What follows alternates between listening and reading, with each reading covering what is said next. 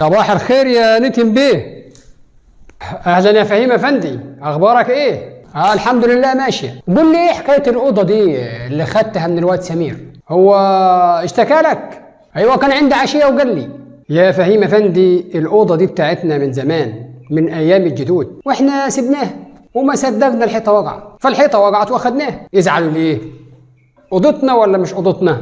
يا راجل خلص علي انا الكلام ده. جدود ايه وكلام فاضي ايه؟ احنا عارفين ان هي ارضهم، بس احنا اما نقول كده عشان احنا اما نحبكم تعملهم علي انا ولا ايه؟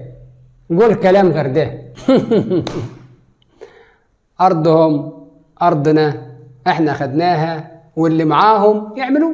اصله كان جاي وعمال يقول هعمل واسوي، ولو ما حلوش بالذوق انا هوقع عليهم الحيطه واخطف عياله وكلام من ده.